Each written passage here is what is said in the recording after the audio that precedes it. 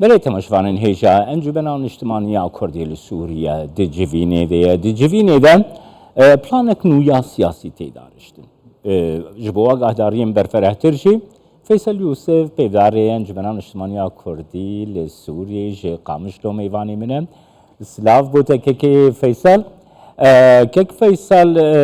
گلو جوینا و خلاص بو جوین بردوامه هین دوی درباره دا قهداریه بگرم دست بکن دنگ قطبو كيك فيصل من دخوسس بزانبم كيك فيصل قالوا جيفينا وخلاص بو يعني هيجي بردوام دكا سپاس اشترا وش طبعا شبان نيجارة يعني از جيفينا ما خلاص بو بري جوارتا ما خلاص بو از دسبيك يتقازم از بيجم دسبيكا قوتنا تدا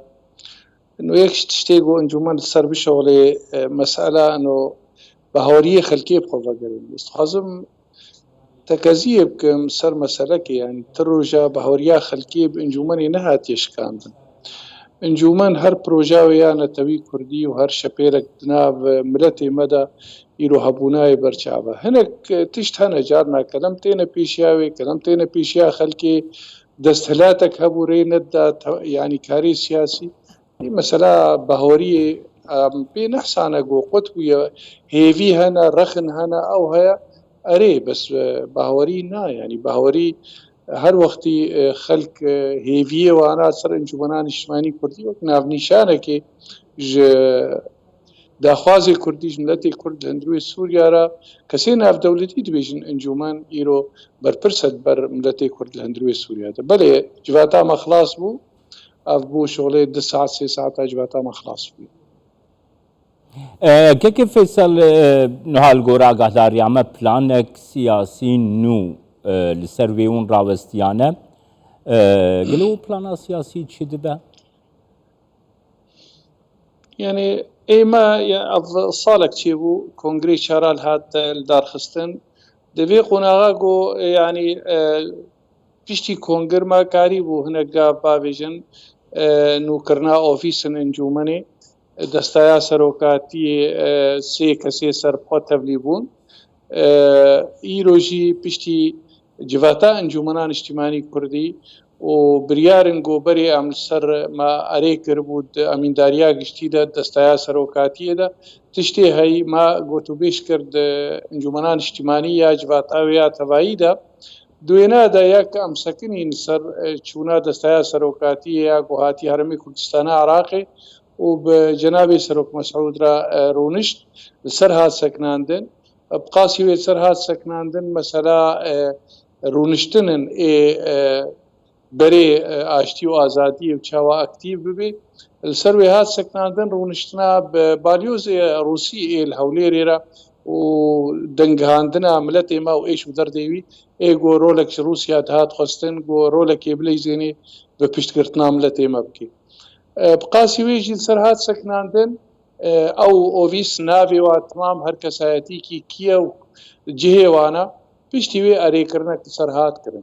ام سکنین سر دستایا تفاوض یاگو ایرو انجمنان اجتماعی کردی پیکاتی هفتایتی دو او نه تشتکی هندکا یعنی سرانسری سوریا هفت پیکات هنا یک شوانا انجمنان اجتماعی کردیه و از خازم فيجي تكذيب بكم هجر اف پیکاتی دیتری تمام سیاسینا يعني بيكات سياسيين لشكرينا لانجمنان اجتماعي كردي وقت ناف نشانه كي جملتي كرد وك نتويد دواد هندروي سوريا ده بجماري خو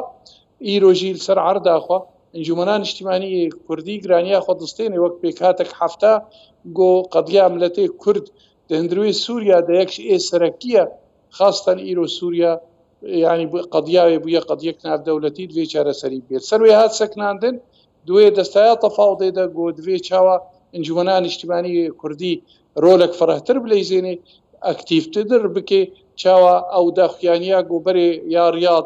دو تشتی گو بسوریا و تشتی ملتی کرد و چاوا لسر بیسکناندن جوات و جوات و برپرسی انجمنان اجتماعی کردی هر وقتی هلوست انجمنی و یا ملتی کرد لسر ماسه دینی و ايش ودرديوي السرانسري هرمن كردي عفرینێ کۆبانێ جەزیرێ جێگو کوردلی بقاسی وێلسەر هات سەکناندن ئۆپۆزیسیۆن ئەتیلافا وەتەنی یاگو ئەم بەشەکن دیژ 2013 هاتێدا سێ لەفکردنێمە بوارە هەنا ئەو لەفکردنێ ئەواگۆ ئەم وانە هەفتورە کارەئانینە وڵاتێک دیموکراتی دەندروێ سووریادا دناودا ملەتێمە چاواکار بێ ماوێ خۆشا ببێ ئەو لەفکردن ئەواگۆ ئەوەلێوێ و چاوا خەلکێ سووری بێ بدنە ناسکردن قەدیا کوردی و مافێ ملەتێ کورد و هەنێک تشتێ دیترێ لەفکردنێک دیترێژیت نابێنا ئەنجومەنێ و تیلافێدا مەسەلەیە پشتی عفرینێ و دەرباسبوونا لەشکرن ترکی و ئەو کۆمێک و دەرباسبووی چاوە ملەتێمە بێ پاراستن سەروێژی هات سەکناندن و یا پشتی وێناژ یا پشتی سەرێکانی ئەوا گۆ مەسەلا چاوە گوهرادنا دیموگرافی بێ سەکناندن بن پێکردن بێنە سەکناندن خەلک کۆچبەر ڤەگەرن جێخوا ئەم سەر سەکنین قاسی وێژی ئەف تشتێک گۆ ئیرۆ دەڕۆژلاتان هاوین دەچێت بێ پشتی ئەvê گۆ سەرهشکی ئەvê فەیسەڵ ئەو مژارە عەفرینێک کۆتە باس کردی ئەو بن پێکردنێن دەبن ڕەوشە عەفرینێک و تە ژمەرە دا دیارکردن ئەنە کەسەوێ چی بکەی لە عەفرینێ ئۆفیسا خۆڤە دەکەی وەکی نمونە و دێ چی بکەی بریارەمە ئەوە ئەم کاربن تشتێ ئەم کاربن هەبوونە خۆ لە عەفرینێ چێ ڤەکردنا ناڤەندن ئەنجومەنێ بەرێ ئەنجومەنامە هەیە یعنی ئیرۆ هەفت ئەنجومەنێ مەی خۆجیهید عەفرینێ دەنا ئیرۆ بریارەمە ئەوە ئەم کاربن ناڤەندێ خۆڤەکن برەنگەکی ئەم کاربن مەکاتبێ خۆ لە هەر جهێک و ئەم کاربن لە عەفرینێ ڤەکن ئەم کاربن ئەو بن پێکردنێ گوت بن ئەم دەنگێ ملەتێ عەفرینێ ئەم وەک ملەتێ کورد ئەم هەفتورە ئەم کاربن دەنگێ خوا بگهێنن جهێک و کاربن ڕێکێ بگرن لە پێشاوێ بن پێکردنا گوت بێ و ئەو گۆراننا دیموگرافی گوت بێ دوێ بێ سەکناندن چێ دەنگێ خۆ بگهێنن دناوە تیلافێدا چێ ترکیە چی کەسەی ناو دەوڵەتی گۆ ئەف دوێ بێ سەکناندن دوێ نابەرێرە ینی ئەم سەر سەکنین جواتا تالیا بەری چێترۆکی چێبوو دەستایە تەڤایی یا تیلافێ بەرپرسن مە نونەرن مە ئەنجومەنێ چاوا دوێ جواتێدا سەرڤات شتێک گۆنها ئەس بێژم تمامی سەر هات سەکناندن و بریار هات گرتنجی هەندروێ تیلافێدا ئەبقاسی وێ گۆرێ بێگرتن لە پێشیا بابن پێکردن باشە کەکێ فەیسەڵ دەربارەی ڤان بریارێن گۆڤەگرتیدە تایبەتی گرێدایە عەفرینێ دانوستاندن ناڤبەیناوە و ئۆپۆزیسیۆنێ دەست پێکردنە تجاری دانوستاندن قوت نەبوونە یانیش بۆ عەفرینێ وش بۆ سەرێکانیە یانیش بۆ هەرەمەی کوردی تمامی لێ مەسەلا عەفرینێ ئیرۆ ئەو هەنە کۆمن هەنا کۆمن چەکدار هەنا یعنی سنعەتێوانینە غەیری دزیە تشتێ پیس و خراپ بکەن هەنێک جوانە ئەvê گۆن هات موسما زەیتونادا لەسەر هات سەکناندن ئیرۆ دەندروێ تیلافێ جواتایە تەڤاییدا لەسەر هات سەکناندن و بریار هات گرتن چاوا کاربن ڕێ بگرن لە پێشیا ڤا مەسەلا هەروەها ئەم خورد بکن دەهندروێ تیلافی و دەرڤەیە تیلافێ تشتێک بۆ ئەم کاربن دەنگێ خۆ بگهێنن بۆ ئەم ڕێل پێشیا ڤا کریاری خراپ بگرن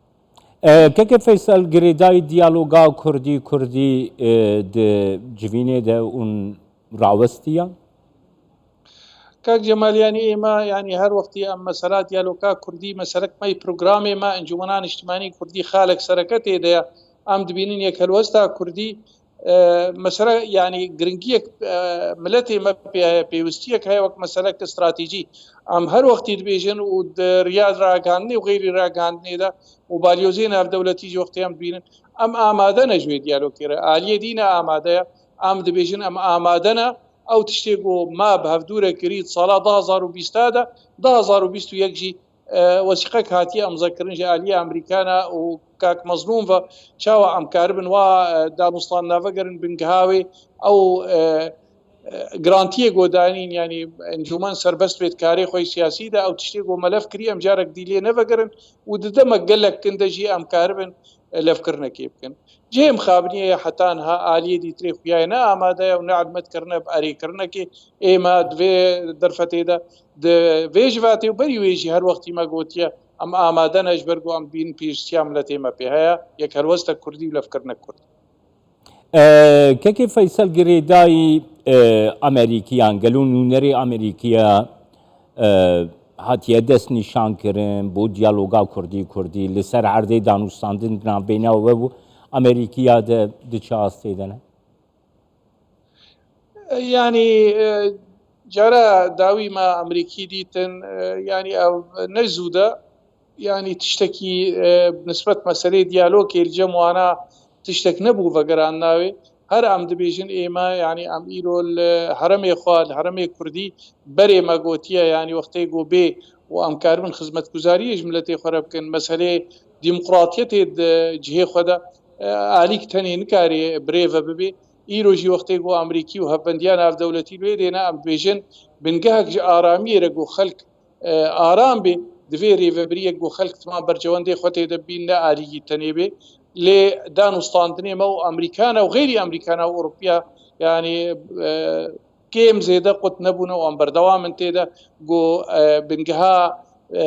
cihê got em tê de ew rêvebiriyê got hebin desthilata got hebê divê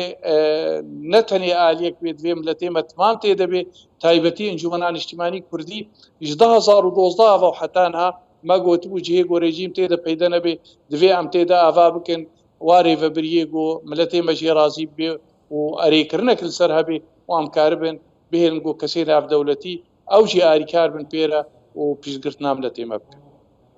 سپاسیاتە دکەم کەکەی فەیسەل یوسف پەیدارێ ئەنجومەنا نیشتیمانیی کوردی لە سووریە شقا مشلول گەلمە